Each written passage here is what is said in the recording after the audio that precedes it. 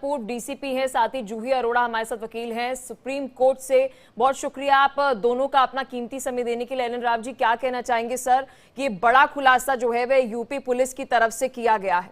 जी sir. इतने दिनों के बाद चार्जशीट फाइल की है।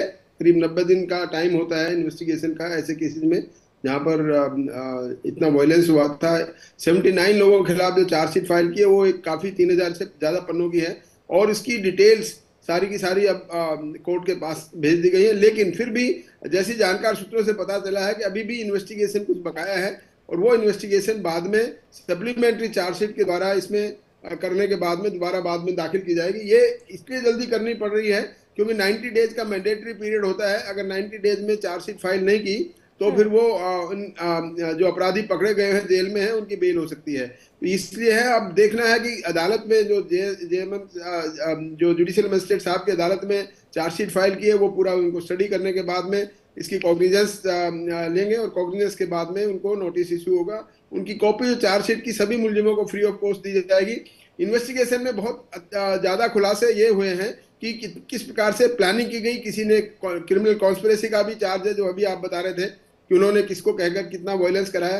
ये सारी बातें एविडेंस के साथ में चार्जशीट के साथ में दाखिल की गई हैं और वो सारी एविडेंस कोर्ट अप्रिशिएट करेगी ट्रायल के दौरान और उसके बाद जब ट्रायल होगा तब ये सारी सारी एक एक चीज पर्दे पर खुलेगी कोर्ट के सामने और उसके बाद इनको मौका दिया जाएगा मुलजिमों को अपने सफाई पेश करने का। लेकिन मामला सीरियस है अभी भी और अभी इन्वेस्टिगेशन और चल रही है और सप्लीमेंट्री चार्जशीट की और ज्यादा इंतजार है। जूही अरोड़ा जी, सीरियस या फिर हम ये कहें कि बहुत ज्यादा सीरियस है? क्योंकि यहाँ पर जानकारी ये भी मिल रही है कि चार्जशीट में ये भी खुलासा हुआ है कि दुबई में बैठकर ये पूरी साजिश जो है वह रची गई।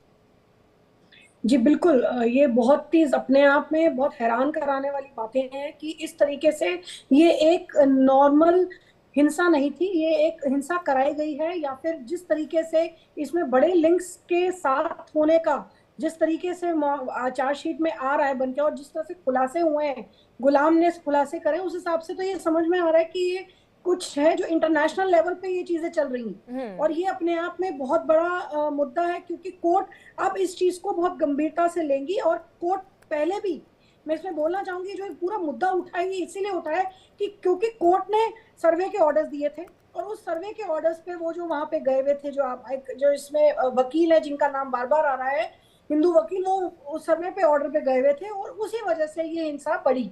अब बात यह है कि क्योंकि अब ये पहले से ही अब सुप्रीम कोर्ट ने इस पे ऐसे केसेस पे स्टे लगा दिया है। पीछे जो 12 दिसंबर को लास्ट इस पे जो कार्रवाई हुई थी सुप्रीम कोर्ट से, वो अब अप्रैल में कहीं ना कहीं कार्रवाई के लिए सुप्रीम कोर्ट के आगे नेक्स्ट हियरिंग में आएगी। सुप्रीम कोर्ट ने साफ कह दिया कि फिलहाल ऐसे मुद्दों पे स्टे दिया जाए और कोई भी पुराने जो पेंडिंग जो केसेस चल रहे हैं निचली अदालतों पे सर्वे से रिलेटेड कुछ भी उस पे फैसले नहीं आए जाए। लेकिन यहाँ पर जूही जी मैं आपसे एक बात पूछना चाहूंगी क्योंकि देखिए एक रिस्पेक्ट वकीलों के लिए भी है क्योंकि यहाँ पर जानकारी चार्जशीट में ये भी मिल रही है वकील विष्णु शंकर जैन जो उस वक्त वहां पर सर्वे के दौरान मौजूद थे, एक बड़ी साजिश रचने की कोशिश थी क्योंकि हत्या करें और उसके बाद दंगे भड़के, ऐसी भी बात जो है वो चार्जशीट में लिखी गई है।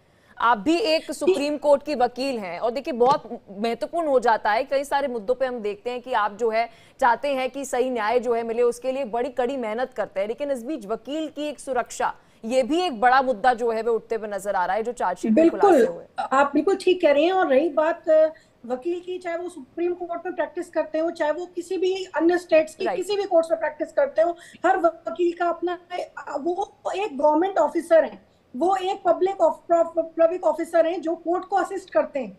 हमारा काम है कोर्ट को असिस्ट करना, तो उस असिस्टेंस से का मतलब ये नहीं है कि जो हमारी खुद की जान पे बना है। ऐसे केसेस में मुझे लगता है ऐसे केसेस में जो कि खुद इस तरीके से कोर्ट्स केसेस में इन्वॉल्व है उन वकीलों को पूरी सुरक्षा मिलनी चाहिए और इस तरीके के केसेस से एक प्रेसिडेंट होता है।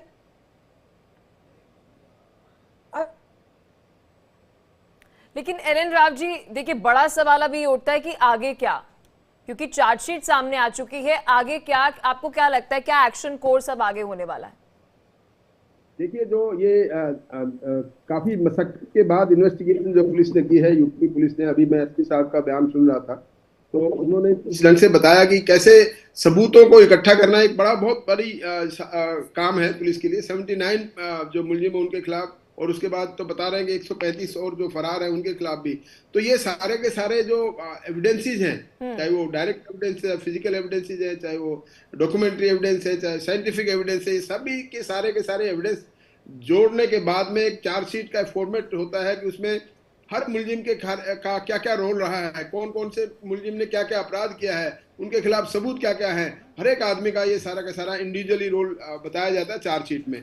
और उसके बाद चार्जशीट के बाद आपने पूछा कि क्या आगे रहेगा, आगे का इनके जो खिलाफ चार्जशीट फाइल किए उनका तो ट्रायल शुरू हो जाएगा अभी। और कॉग्निजेंस लेने के बाद में इनको कॉपी सप्लाई होगी, फिर इनको देखेंगे कि इसमें चार्जशीट की पूरी कॉपीज है कि नहीं है, ये प्रोसेस है। और उसके बाद जो बाकी जो मुलजिम बचे हुए हैं उनको धरपकड़, वो पुलिस का काम है, वो धरपकड़ करने के बाद में सर जिस तरह से है। यहाँ पर इंटरनेशनल कनेक्शन का जो ये चार्जशीट में खुलासा किया गया है, वो वेपन्स जो है, जो हथियार है, वो कहाँ से आ रहे थे, कैसे मुहैया कराए जा रहे थे? क्योंकि जब हमें शुरुआती जो जानकारी सर मिल रही थी, अब तो देखिए चार्जशीट आ गई है, तब भी पता चल रहा था कि जो हथियार इस्तेमाल किए जा रहे हैं वो विदेशी हथियार है। वो कहां से आ रहे हैं? क्योंकि यहाँ पर पूरी साजिश ना केवल दुबई से रची जा रही है, हथियार तक भी आ रहे हैं। क्या कोई और एजेंसियों की भी इन्वॉल्वमेंट अब संभव है इसमें? क्योंकि ये इंटरनेशनल कलेक्शन तक की भी बात सामने आ रही। जी सर। जी बिल्कुल बिल्कुल जी बिल्कुल, कुछ तो मदद ले ली गई होगी। जब जिस भी केस में अगर इंटरनेशनल लेवल के लिंक्स आते हैं तो हमारे देश की RNAW यानी कि कैबिनेट सेक्रेटरीट के अंदर आता है रिसर्च एंड एनालिसिस विंग, वो विदेशों में इंटेलिजेंस कलेक्शन का काम करते हैं। इसके अलावा अगर कोई किसी देश से हमारे साथ में वो संधि है तो उसके बाद इंटरपोल की मदद से भी उन लोगों को, जिन लोगों को सस्पेक्ट किया जाता है इस केस में, उनको आइडेंटिफाई करके उनके बारे में इंटरपोल को बताया जाता है। फिर वहां उस देश में उसको अरेस्ट करने के बाद में फिर हमारे यहाँ प्रत्यार्पण की संधि होती है। अगर बाहर देश से आदमी पकड़ा जाता है इस केस में, फिर जैसे कई अपराधियों के बारे में चल रहा है तो वो रहेगा। तो अब ये देखना है कि 135 लोग जो फरार हैं उनके बारे में, उनको 124 या 35 जितने भी हैं जो फरार आदमी हैं जिनके नाम इस केस में आए हुए हैं, उनको धरपकड़ करना बहुत जरूरी है, चाहे वो देश में हो, चाहे किसी राज्य में हो या किसी देश के बाहर हो। उनको पकड़ने के लिए जो नियम कायदे कानून के अनुसार से जो कार्रवाई होगी वो सब चल रही है। इसमें डेफिनेटली दूसरी एजेंसीज की जरूरत पड़ेगी। अगर बाहर विदेश में है तो MEA को इंटरफेयर करना पड़ेगा, इंटरपोल को इंटरफेयर करना पड़ेगा, RNAW की मदद ली जाएगी। और अगर हमारे किसी और राज्य में कोई छुपे हुए हैं तो वहां पे उसके राज्य की पुलिस, DGP पुलिस, वहां के राज्य की पुलिस के साथ में कोऑर्डिनेशन करके उनकी मदद लेने के बाद में उनको इस केस में अरेस्ट किया जाएगा। जो सबूत और भी बाकी बचे हुए उन सारे सबूतों को इकट्ठा करने के बाद में फिर सप्लीमेंट्री चार्जशीट एक बनेगी। उसके बाद जब सब अरेस्ट हो जाएंगे, पूरी इन्वेस्टिगेशन खत्म हो जाएगी, तब इसमें कंक्लूसिव ट्रायल शुरू होगा कोर्ट में। और जो क्योंकि धाराएं अगर सीरियस है, सेशंस ट्रायल केस है, तो ये जेएम जो जुडिशियल मजिस्ट्रेट साहब की कोर्ट इनको आगे सेशंस कोर्ट में कमिट करेगी इस केस को, और ट्रायल फिर वहां सेशंस कोर्ट में इनका होगा। तो अभी बड़ी अर्ली स्टेज है। जूही अरोड़ा जी, फाइनल कमेंट मैम मैं आपसे चाहूंगी, क्या लगता है, क्योंकि यहाँ पर अभी कई सारे सांसदों के भी नाम सामने आ रहे हैं, क्या अभी अगर हम कोर्ट की प्रोसीडिंग्स की बात करें तो क्या लगता है संभव अब एक्शन जो है वो लिया जाएगा? क्योंकि सर ने तो बताया कि इन्वेस्टिगेशन कौन कौन सी एजेंसियां कर सकती है, कोर्ट प्रोसीडिंग्स के अंदर क्या पॉसिबिलिटीज है?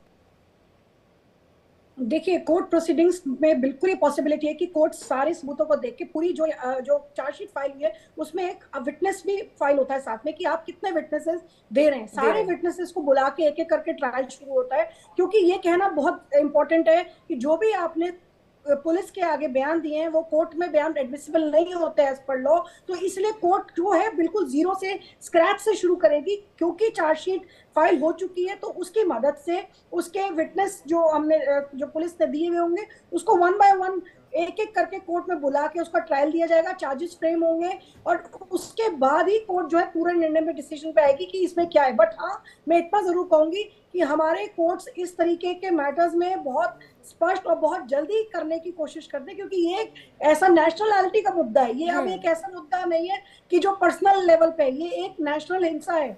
अगर किसी भी तरह से इस तरह की हिंसा को रोका जाए और इस पे सख्त से सख्त, बिल्कुल, बहुत बहुत शुक्रिया आप दोनों का। आप दोनों ने अपना कीमती समय दिया और विस्तार से इस मुद्दे पर जानकारी जो है वो दर्शकों को दी। देखिए